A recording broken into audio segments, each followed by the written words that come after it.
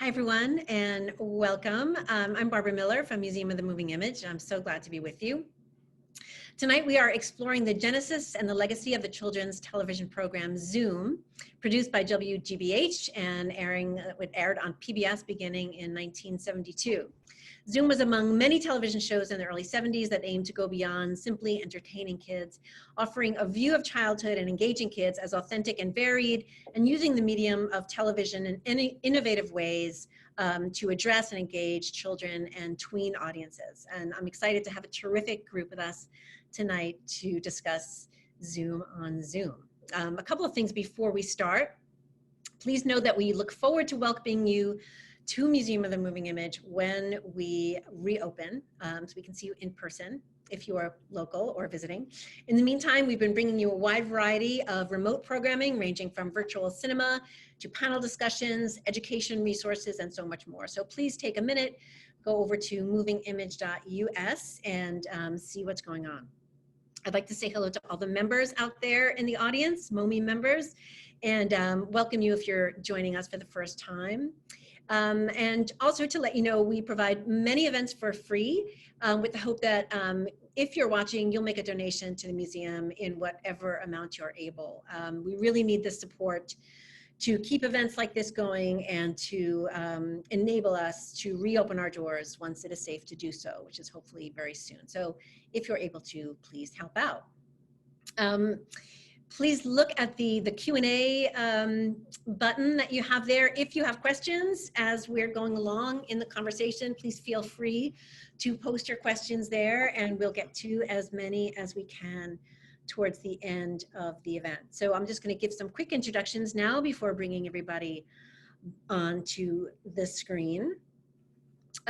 Christopher Sarson, who's known as Zoom Papa by the Zoomers, is a native of London, England, and worked at WGBH in Boston for a dozen years, where he started Masterpiece Theater in 1971 and created Zoom in 1972. A couple of years later, he started producing programs for commercial TV, starring megastars like Gene Kelly, Leonard Bernstein, and others. He's joining us tonight from New Zealand. Bernadette Yao is a former TV producer and host for PBS and local CBS affiliate. She's a holistic health practitioner and a classically trained musician.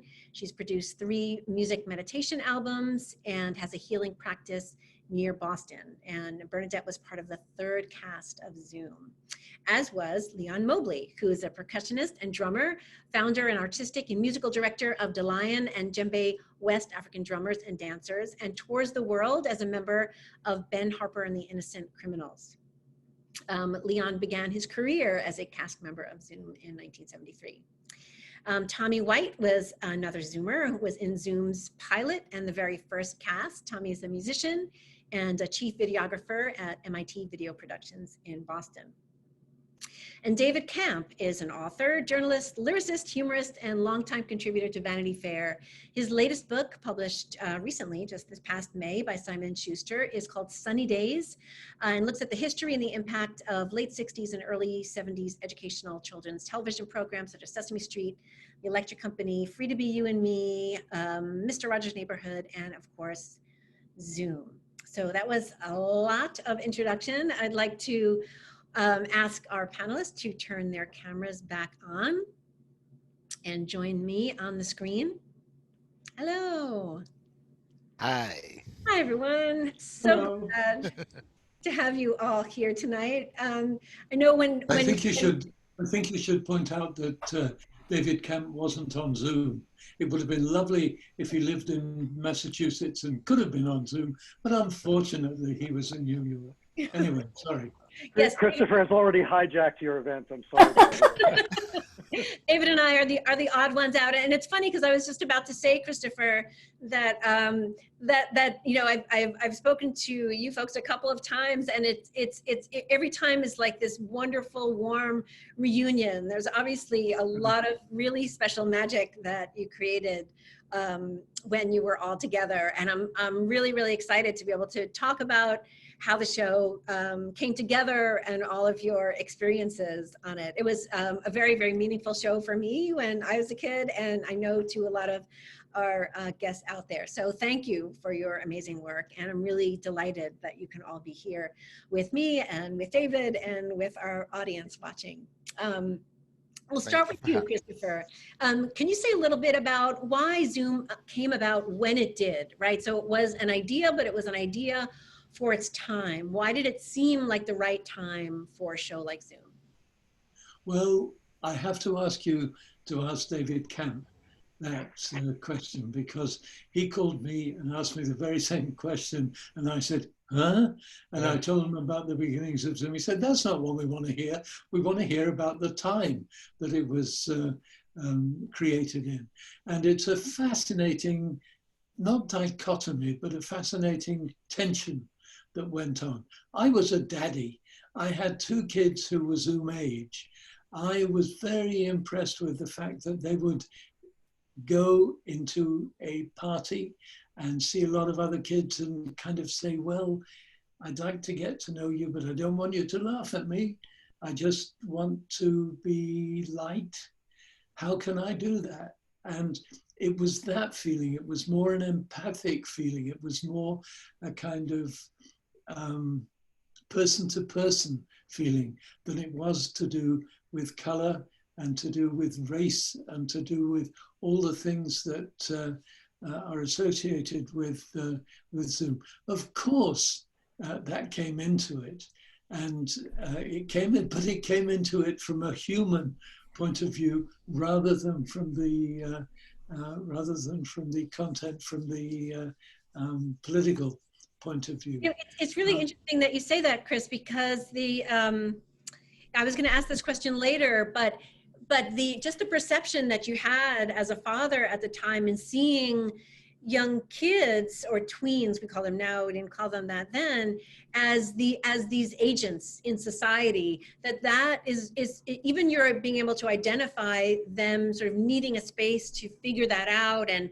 having support for that is something that David, you've referred to as like part of the children's liberation movement, right? Seeing kids as these agents in their own lives, and Zoom kind of really provided a space for that. David, do you want to say something about that? Yeah, a lot of you have probably seen that viral clip of Fred Rogers giving his testimony before Congress, Senate, when PBS's budget is in danger of being cut in half, and he's talking to this gruff senator named John Pastore from Rhode Island, and he very patiently, in his quiet, slow, Fred Rogers way, explains why his show and programs like it are meaningful.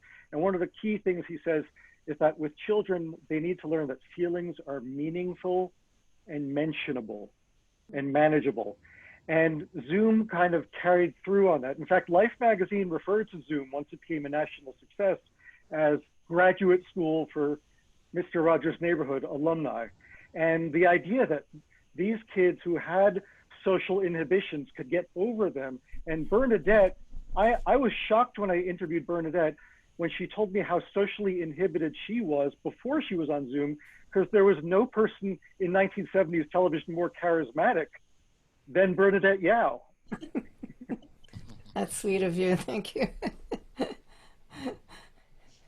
That's great. I think it was, and in a sense, David, that's what your book addresses. That there was this pivotal moment where children were coming into their own, and it wasn't they weren't just an audience to entertain with silliness. That was an audience to address through education, like Sesame Street, through their own kind of activities. And from my perspective, and you've talked about this, David, and I think all of you guys know this, obviously, what set Zoom apart was that it was a world of just kids. It was kids for kids doing your own thing. And I'd love to hear a little bit about the idea behind the show, but also the bringing the kids on and what that audition process was like. Christopher, who were you looking for, and how did you three get involved in the show? Well, I told you I wanted my kids to be able to mix with the Zoomers. So I was looking for kids who were curious, kids who were intelligent, kids who... who were bright, kids who were, we didn't want the nasties, we didn't want the baddies, but we did want a good variety. And good variety meant variety of color, variety of religion, ethnicity, all the rest of it.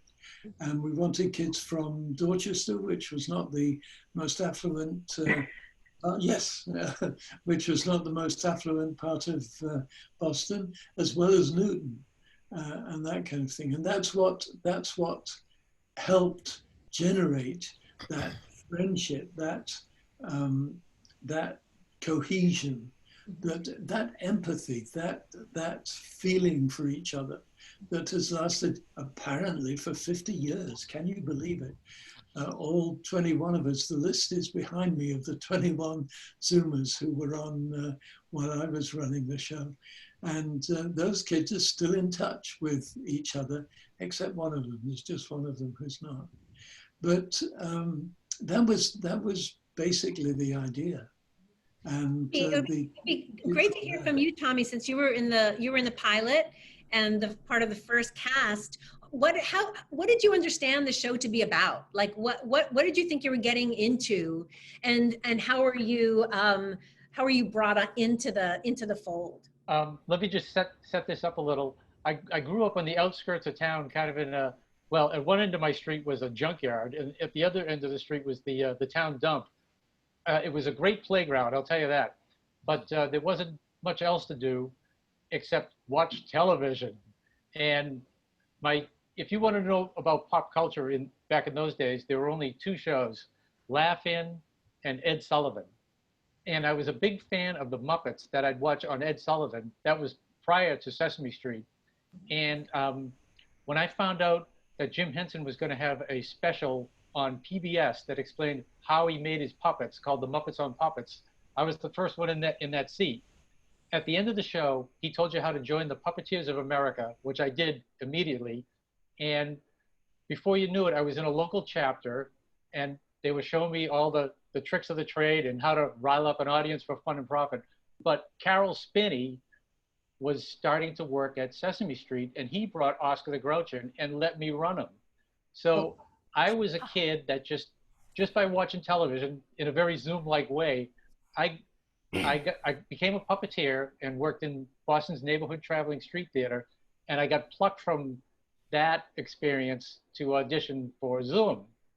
And at the time, I remember Billy Wilson's clipboard said Zoom, a children's laugh-in. It was presented to us that we were going to be like a children's laugh-in. So I'm like, great, I'll be Henry Gibson. It's gonna be a blast.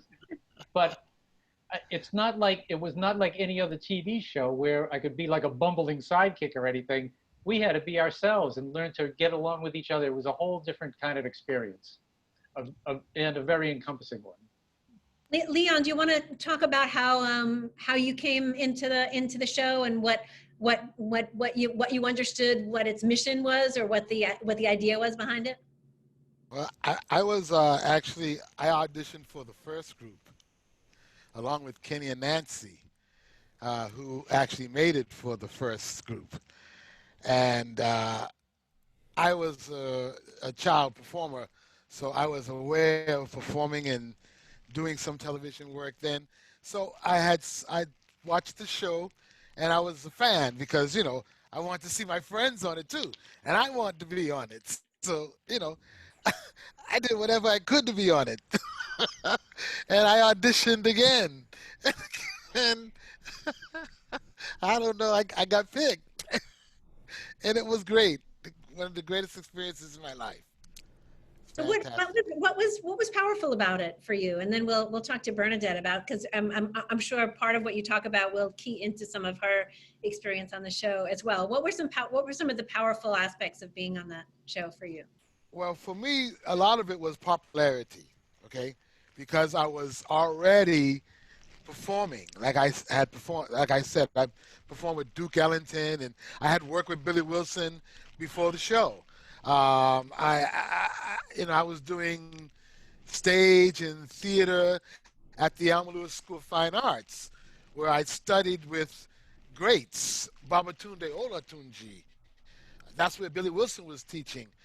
Max Roach, So I had an opportunity to be on stage, and I really understood the power of the popularity and being able to utilize that for furthering my work in entertainment and becoming. Leon, you were like 10 years old, though. Yes, I knew when I was 4 years old what I wanted to do. That's When I amazing. was when I was 4 years old, I said I was going to be the next Sammy Davis Jr. I was going to dance and sing and act on television and in movies, and that's what I wanted to do. Well, your story is very, very different, Bernadette, because you were not sort of focused on a career on television. So how did it happen to you? Right. I don't have a recollection of watching PBS children's shows. I hate to say this. My mom was a professor and my dad was a research scientist, but I was watching like what was that, Three Stooges, HR Puff and stuff, things like that, and Partridge Family. But I went to a Chinese language school on Saturday morning. I was in school every single day, Monday through Friday, regular school, Chinese language school Saturday in Newton, and then Sunday school, catechism. So, but Saturday I was with my friends. It was gym class, and I guess someone at the school got a call from WGBH, probably from Zoom Papa or somebody that worked for him, inviting us to audition. And a bunch of my friends wanted to go. I had no idea what this show was, but I just decided to tag along, and I thought it would be fun, and went in, and we all auditioned together, and then two of us were chosen to audition with the rest of the kids in the final.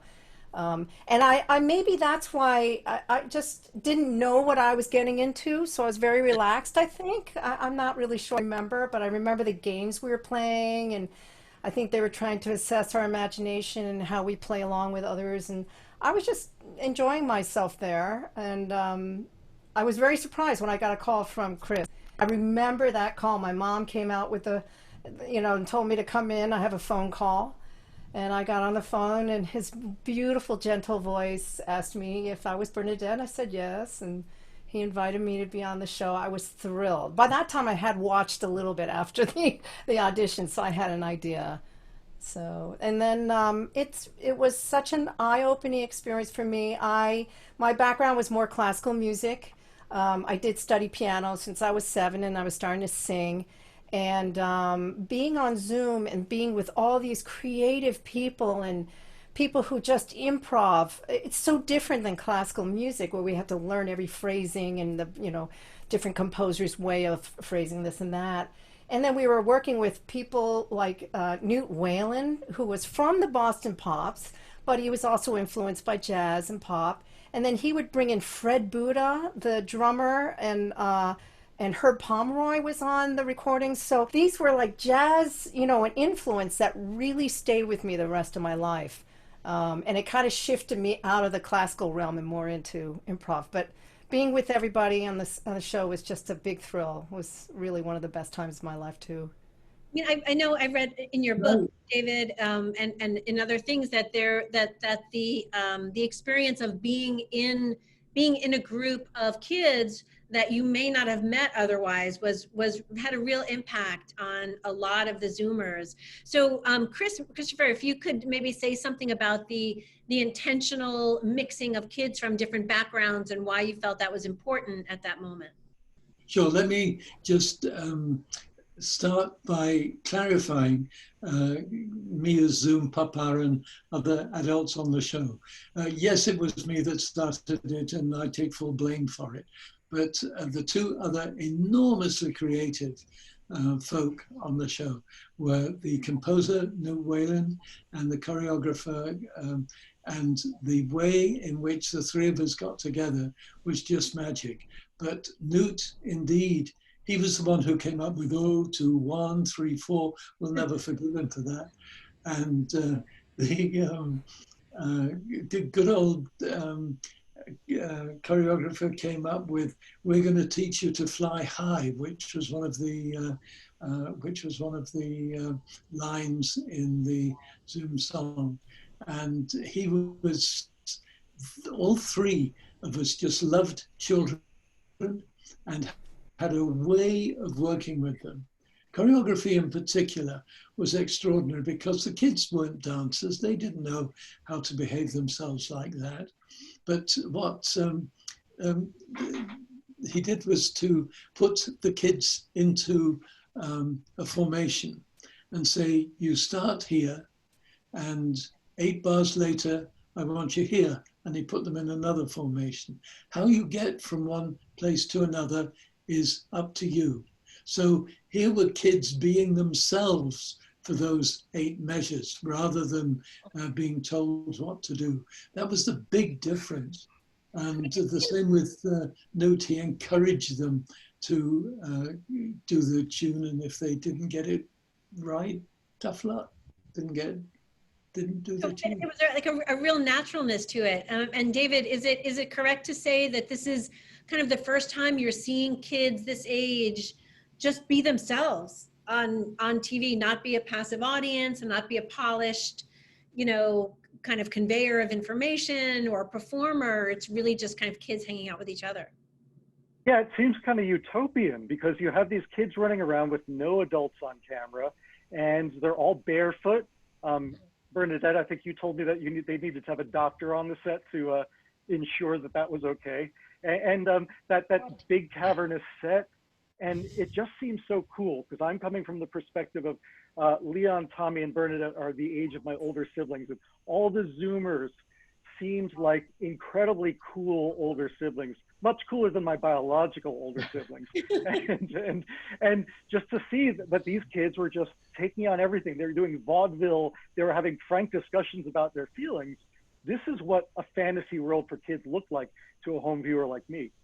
Yeah, yeah. And one of the things that I would be great to talk a little bit about is this idea of bringing kids together, like I was mentioning before. And I know that you've told this story before, Leon and Bernadette, about sharing the cab together and kind of like, just having this awakening of sort of being part of a community of children that were different from the people that you generally saw every day, and sort of mixing with kids that you hadn't really known before. Can you say a little bit something about that? Ladies first. Sure. Bernie. Oh, who's this question for? I think it's Bernadette, I thought. You and I. Leon. Oh, okay. Leon, where are you? We lost him for a moment. Hopefully. Well, Here. every Wednesday and Friday. Wednesday was our rehearsal night, and Friday was the taping night. And I lived in a town called Weston, which is west of Boston. And so after school, I would be picked up by a big white, round Boston cab out in the middle of the suburbs. And Leon and the driver, is always the same driver, would be in the cab. And I'd say hello, and and we would just, and the ride was kind of, I guess it was long enough that we really created a family-like atmosphere, because it was always the same driver, which was great because it felt very safe. Yes. And it was so good to see him. Leon was always in the front seat. I would be in the back, and then we would go to Newton, pick up Lori, and Lori and I would be like this, and Leon and I would be, we'd all be just chatting away all the way in, both Wednesday and Friday afternoon, right? Yes. And in high school, we did not have a lot of people of color. I'm one of only 2 families in my town that was Asian. And I don't really, there was maybe 1 or 2 African-American families there. And then everybody else was white. And that was my upbringing. So to go to Boston and to meet Leon, and I met Nancy and Kenny and then everybody else, it was such a beautiful, it was my first time really getting to know people outside of my little town. But they became my family. That was a place where I could just be myself, which was very surprising to me, where I didn't realize that I couldn't do that as much in my town or in my school, junior high and all that. And So it was a place that I felt free. And I think I have Leon and Lori to help me with that because they really got me out of my shell. I was pretty shy. So what do you think, Leon? You know, it was a great experience. First of all, the ride in with the two of you, to spend that kind of time with females of two different cultures. No, really, it was you know, interesting to hear your perspectives, and the way that you considered things. And Yeah. that was an experience that was a great experience within inside the cast of Zoom. There were situations and times when we were off camera and we had discussions about things that we would learn from about each other and our cultures and our differences and our neighborhood backgrounds. And you know, it was a great experience, a great learning experience. And to this day, you know, I still call on my friends, my brothers and sisters, you know, for different reasons. Christopher, you know, in hearing these stories that seemed like they were so powerful it was such a powerful experience for Bernadette and for Leon, and I'm sure for Tommy as well. I wonder if that was part of what you had in mind in terms of what the audience of kids would feel, that they were more free to share their feelings, that they were more free to approach kids that maybe didn't look like they did, to kind of open up their world a little bit. It came from a slightly different point of view. It came from family. The whole idea was that this was not a show where kids were coming on and performing and then going home. This was a family show where the whole family was involved. One of the rules of being on Zoom was that you couldn't drop grades. If you dropped grades, you were off Zoom. Guess what? No one was ever off Zoom because they dropped grades. One Zoomer's mother called me and said, I can't understand it. David never used to get up to do his homework. He gets up at 5 o'clock in the morning to do his math now so that he can stay on Zoom. But it was families, and the idea of Wednesday and Friday. Wednesday was chosen because you could rehearse shortly. You could just have a couple of hours on Wednesday and the kids could go to school on Thursday. They would be given an audio tape of what they were going to record on Saturday, on Friday, and then they'd learn it on Thursday. God, we bullied those kids. They learned it on Thursday, and on Friday we started at 6 and we worked until sometimes 11, 12 o'clock because kids could have Saturday to recuperate. It was a family show. It was an event that involved the whole family. And as such, it involved the taxi rides and it involved parents getting together and that kind of stuff. And the parents were meeting each other new. Hello, you know, didn't know you existed kind of as well, which was interesting. You know, for a show like Sesame Street that really kind of kicked this wave off in a sense, it was a very, very sort of deliberate approach to improving educational outcomes and all of this stuff. It was very, very measured. And I think that the Children's Television Workshop was very deliberate in their attempts, and that they were, even from the beginning, really looking at results. Right? It was a project that was meant to have results. Was the same kind of approach inherent in Zoom? Were you doing focus groups to see how it impacted other kids and how it changed their relationship either to television or to each other? Was there that same effort? Thank you for asking that question. One of the things that I love about Sesame Street and the Electric Company was that they are teaching programs.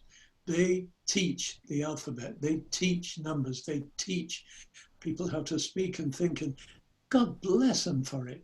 We don't teach. We never, ever taught anything when I was on the show. We created environments in which you could learn, and there is a huge difference. The ubby card that Tommy has on the back of his one of his cards, the ubby doesn't tell you how to do it. Kids would write in and say, how do you say ubby? We never ever told them. We showed them and showing them is different because then they can work it out. We got them to do the work. That's learning as opposed to teaching. So I love the fact that there are teaching programs, but ours was very much a learning program. I'm going to share something with all of you, if you don't mind, for a moment. Six stick, this'll stick, six stick, this'll stick, six stick, this'll stick, six stick, this'll fix, six stick, this'll sticks, six stick, this'll sticks, six stick, this'll sticks, six stick, this'll sticks. I did it. Six stick thistle sticks. Six stick thickles. Thickle Six thick thistle sticks. Six sticks. I can't do it.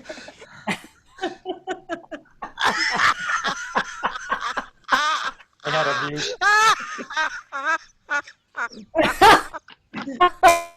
So that, I mean, that's Zoom in its essence. Oh my. There it And is. that goes to another very, very important part of the show, which is that you're allowed in life to make mistakes. And bless my soul, you can make mistakes on television too. And the first play we ever did, for some reason, John had a coin which slipped out of his hand, dropped on the floor, and went ding, ding, ding, ding, ding, ding. And Joe, who was on stage with him at the moment, at that moment, began laughing, and he went like that. And what did? We let that run. We had a board which said take two, and then we went back to the show without the coin. It's okay to make mistakes, and you just saw it there. I mean, I love the fact that part of Zoom had so many mistakes in it. I mean, like you said, you're creating an environment for learning, and Exactly. kids too. And Leon, you learned something. I had to do it in the rhythm. I know that. I saw that. That's great. David, I've seen you describe Zoom as a show that was radically experimental. And at the same time, Christopher, I've heard you say that there was nothing innovative in it at all. So David, I'd like to know a little bit more what you mean when you say it was radically experimental. In that it's just exactly what you just saw and what Christopher was just describing, which is that you didn't have a script, you had direction but not a script, and you didn't have adults present, and there was a freedom for mistakes to be left in. It was kind of anti-showbiz in that regard. And also bear in mind that we had more of a monoculture in the early 70s where there weren't a million channels. You had basically the 3 networks and then public television. And so all of tween America was watching these guys when they were kids. And it was mind-blowing. I mean, to see that sort of abandon, it wasn't like the Brady Bunch or My Three Sons or whatever was on television back then. It was really loose and real. And I think that's why it connected. Yeah. Yeah. And I put that into a television context too, because one of the things that's always amazed me was that in the 1970s, in the early 1970s, in WGBH television, Michael Ambrosino was starting Nova. I was starting Masterpiece Theatre. I was starting Zoom. American Experience was starting. We were just a group of producers having such fun creating stuff which just happens to have lasted a long time. And this is very much because of Michael Rice and Hartford Gunn and the executives who encouraged this. But it was a freedom for us to do what we wanted that wasn't hemmed in by the fact, oh, you've got to, well, and funny enough, when I first proposed Zoom, they said, you've got to have an adult. And so I took the show out of PBS and took it to a commercial station. And we did a show with an adult, and they loved the show with the adults, and I hated it. So I went back to public television and sort of shamed them into doing Zoom. And that's how things evolved in 1970. There was a lot going on in television at the moment, and David, you get into so much of that in your book for children's television. But I think, Christopher, that's right, that there were all of these shows that were happening at this time in the late 60s and through the first half of the 70s, especially, that were responsive to these social justice movements, to all of these various forms of empowerment movements that were really reflecting what people's needs were. They were responsive rather than kind of just dictating entertainment for everyone. I love the fact that in David's book, all the important, not important, all the analytical stuff is in the first 15, 20 chapters. And then comes a little chapter called, "We're going to teach you to fly high," or something like that. And that's about Zoom. It's a little program off on its own, out in the atmosphere a little. And I think that's exactly where it belongs. Thank you, David. And it's, well, thank you, Christopher, and all of you. But the chapter that follows that, I believe, is called Propaganda at its Height.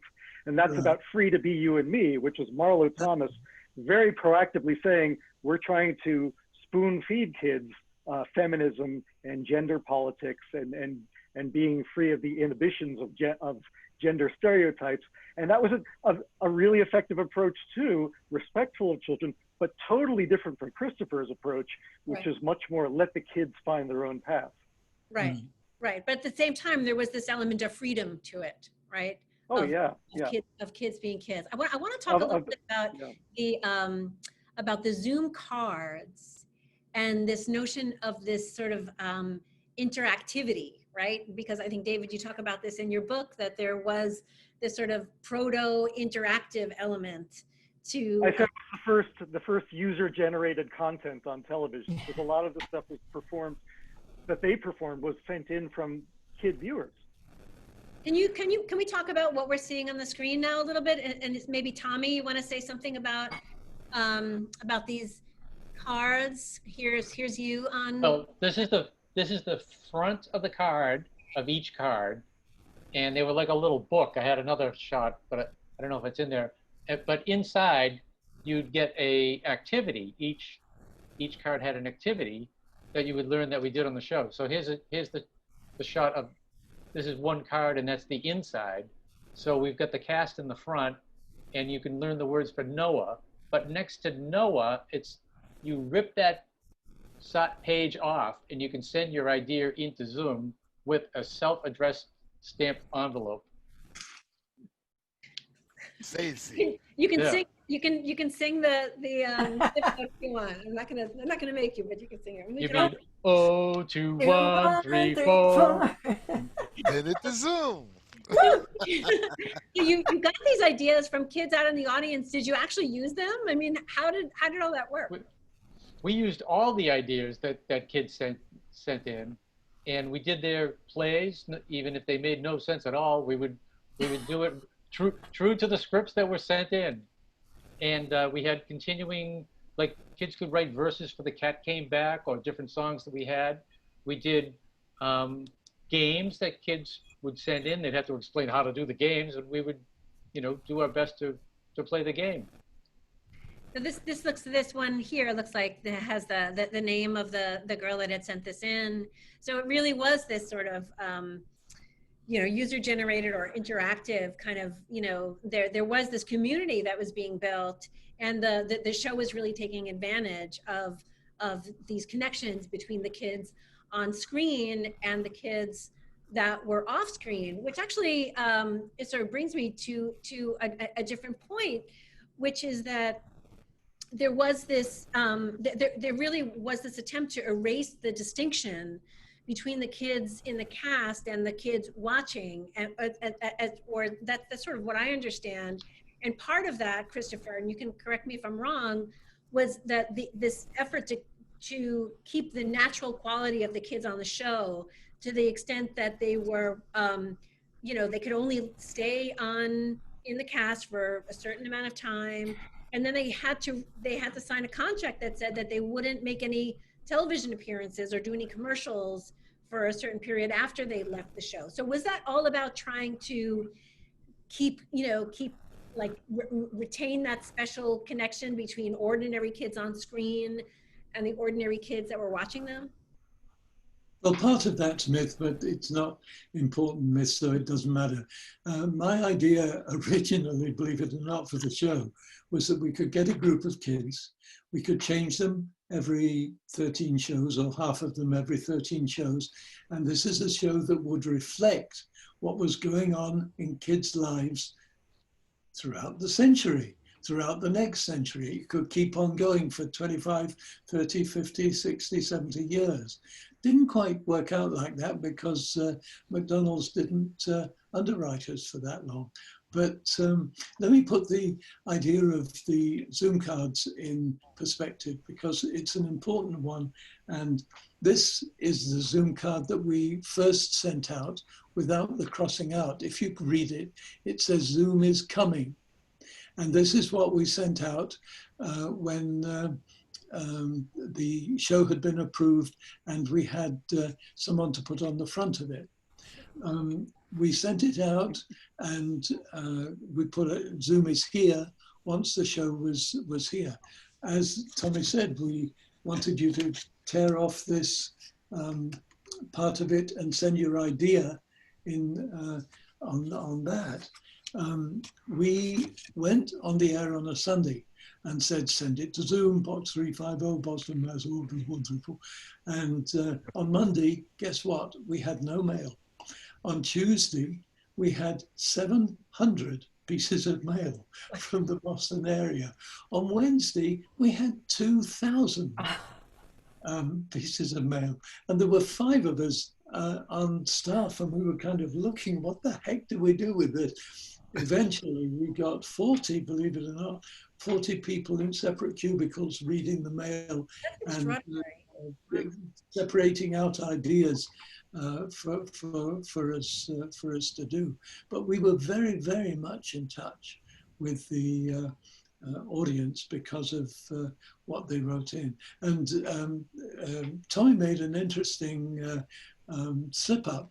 He said that we used all the letters. We didn't use all the letters. All the material we used on Zoom came from the letters, but there were thousands of letters that we never ever looked. And I went to a party in Newton one Saturday night, and this worried kid came up to me and said, I sent an idea into Zoom 6 weeks ago, and I've not heard anything yet. And I said, oh, I'm so sorry, we get a lot of mail and blah, blah, blah, blah, you know, all this kind of stuff. And that was Saturday. On Sunday evening, I got such an excited letter from his mother. His play had been on the show that night, quite by accident, of all the thousands of letters. Speaking of those letters, one of the questions that we have from the audience, it asks whether there were these letters that came in to suggest things to do on the show, but I'm sure there was also fan mail for the kids. So what was that fan mail like? Were you kids allowed to read your fan mail? Absolutely not.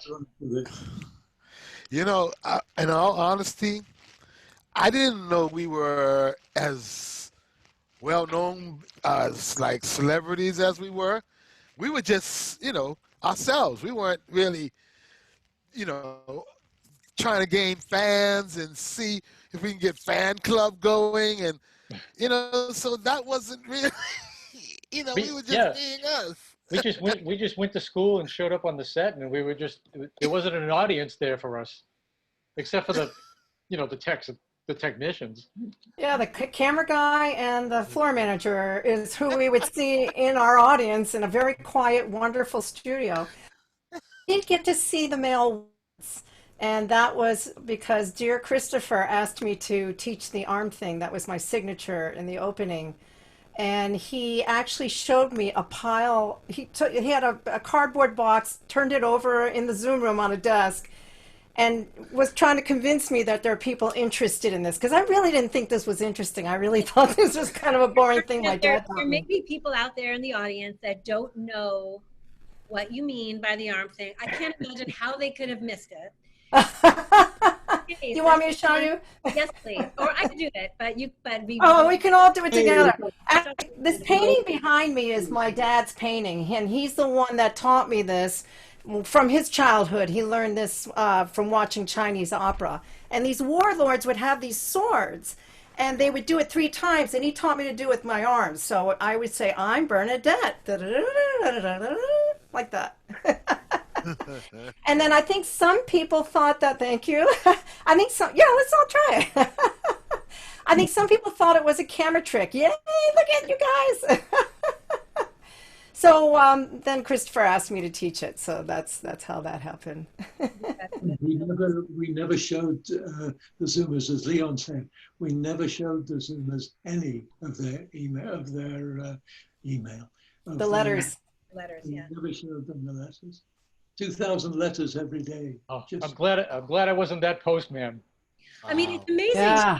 It's amazing how I mean, look, there was this moment, and David, you know about this well, that this was before there was a deluge of kids programs. This was this sort of moment where there were shows for kids that if they caught on like Zoom did, that all the kids were tuning into that show. It's not like it is now where there's so much out there. You know, these particular shows would concentrate everyone's mind on it, and then because of that, there were things like Bernadette's arms and the language that was popularized on the show that made it into the popular culture. Because I'm a few years behind you guys, but I mean, I learned that on the schoolyard. I didn't even know that it came from Zoom. It was not even in my head, but it was what kids did. And it's because it was introduced by Bernadette on Zoom. And I learned, we called it ABBA, right? So, Tabaka Bing Labike the Bis. I grew up speaking that, but I didn't know necessarily that it was from Zoom. It was just part of the fabric of my childhood, and that's kind of amazing that it finds its way back to that, and that's really special, because you don't really, there's so much in the pop culture now competing that moment was really unique in that way. Yeah, people talk about the song of the summer, and the songs of my summers were Zoom songs. Tommy mentioned The Cat Came Back, and another one was the Cha-Cha-Cha song. And because everyone was watching, everyone knew these songs, and you'd meet kids from other states if you were in summer camp or just randomly traveling, and they knew these songs, not because they were on the radio, but because they were on Zoom. Yeah. Yeah. We talked a little bit about this before, but I just want to make sure that you've all said kind of what you want to about this. And like we said earlier, David, you've written about Zoom as being part of what you call the children's liberation movement. And I want to hear a little bit more about what you meant by that.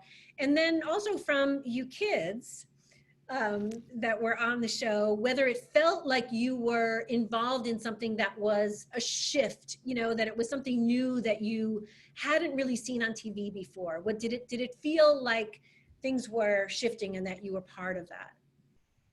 Well, I think the baby boomer TV that kids watched in the 50s and early 60s was much more, we're adults and we're going to entertain you little kiddies and we're coming at you. It was very sort of loud and assaultive and maybe even a little patronizing.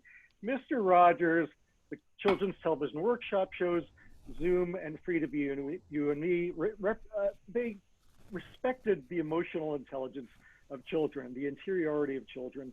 And I think it's kind of a way forward for how do we get out of this mess we're in now with with a lack of empathy, and we know that society is kind of broken.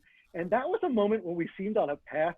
Bernadette said to me, and it's in the book, and it was in the New Yorker excerpt, that there was a set of ideals embodied by Zoom and other programs of the time that we still aspire to embrace. And my goal is to remake America in the image of early 70s progressive children's television.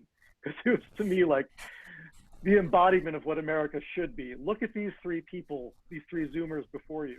Aren't they great? Oh, Thank you. thank you. Thank you. I agree. So did it feel like that for you, Bernadette, Tommy, Leon? Did it feel like you were part of something that was shifting? Did it feel kind of, or and if it didn't feel like that at the time, when you look back on it, does it seem like it was this pivotal moment? I did not see it at the time because I was just so involved with what we were doing. Now that we look at it in perspective, especially looking at the shows that were on that preceded it, it seems like a real paradigm shift. I know that within time, it came to me how important it was to other entertainers, because I was working around them, and when they found out that I was on Zoom, they all said to me, I want to be on Zoom. I want to be you. Forrest Whitaker, tell him he's acting because of me. It really later in my mind, playing at the China Club, and Don Henley and Verdine White and Mickey Dolan coming to the side of the stage and singing, "Come on and zoom, zoom, zoom, zoom." After the song was over, I'm like, what? So I did, at the time, of course we didn't understand it. Bernadette was like the first Chinese person that I knew, and I wanted to learn everything I could, as much as I could.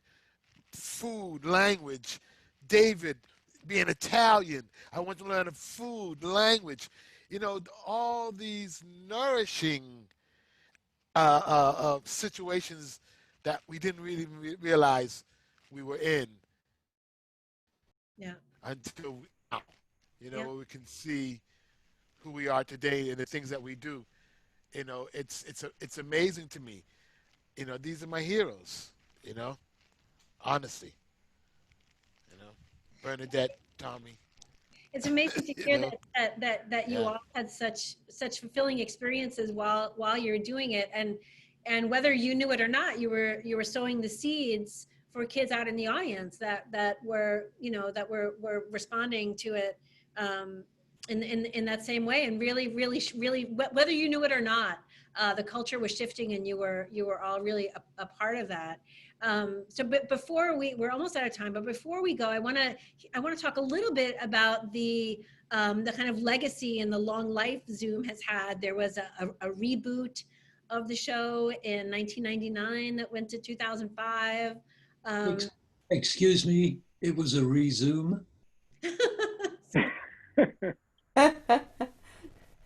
Yes, it was a resume, and we're here on Zoom talking about the resume.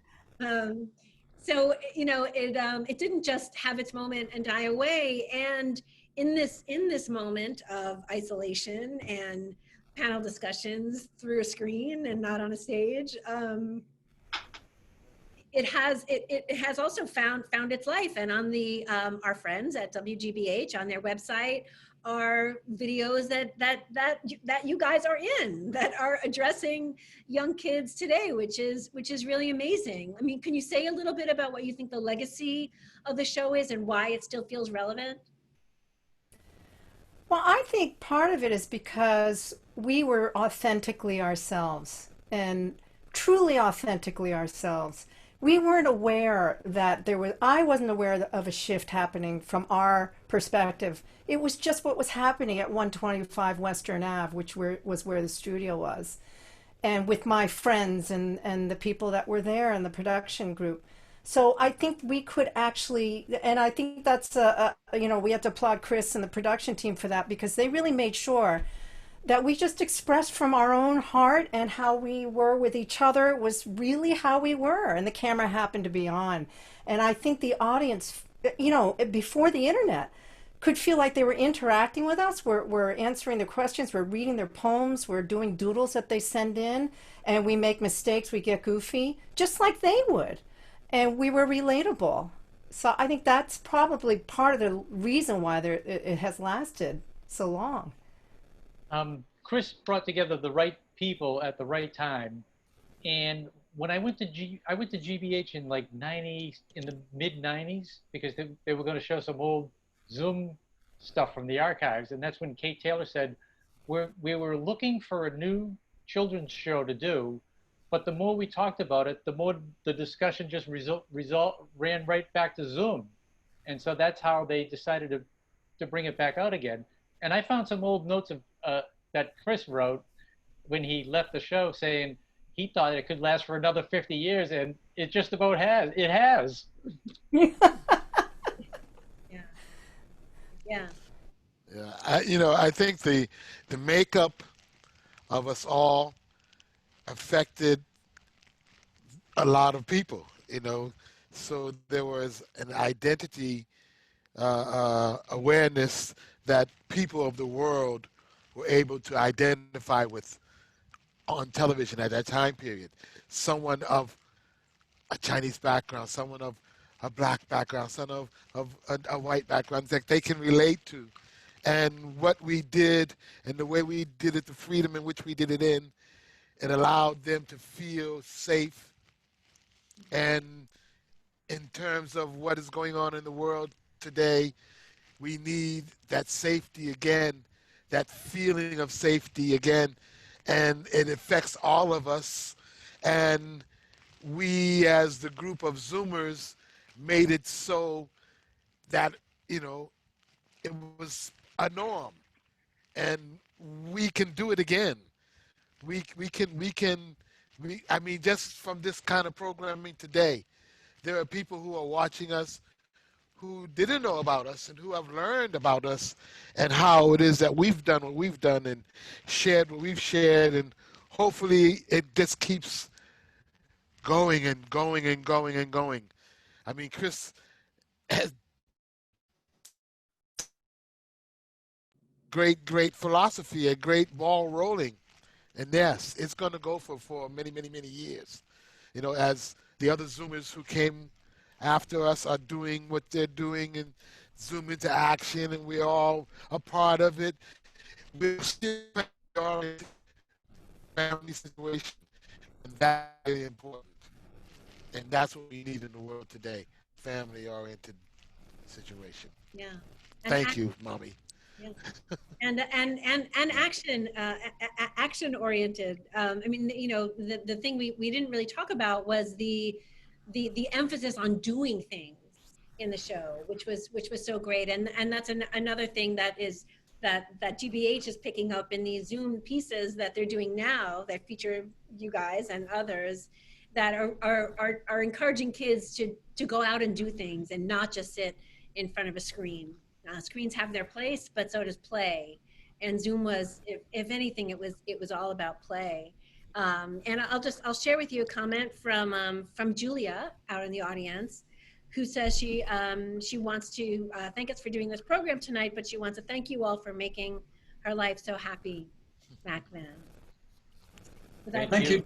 Sort of a nice way to wrap up. I will say it's been such a pleasure to be in touch with you all and to have you on and to share your stories with the MoMI audience and all the other folks out there that are tuning in, and really to to preserve this amazing history. And thank you, David, for sort of bringing these stories together in your book and really contextualizing the importance of Zoom.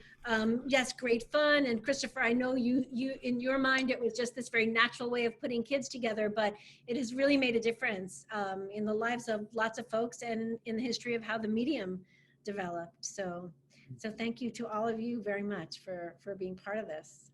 Thank you. Thank you. Thank you. Thank you. Thank you for hosting this. Good night, you guys. We'll see you again Good night. in person. Bye. Bye. It's time for Bye. lunch in New Zealand.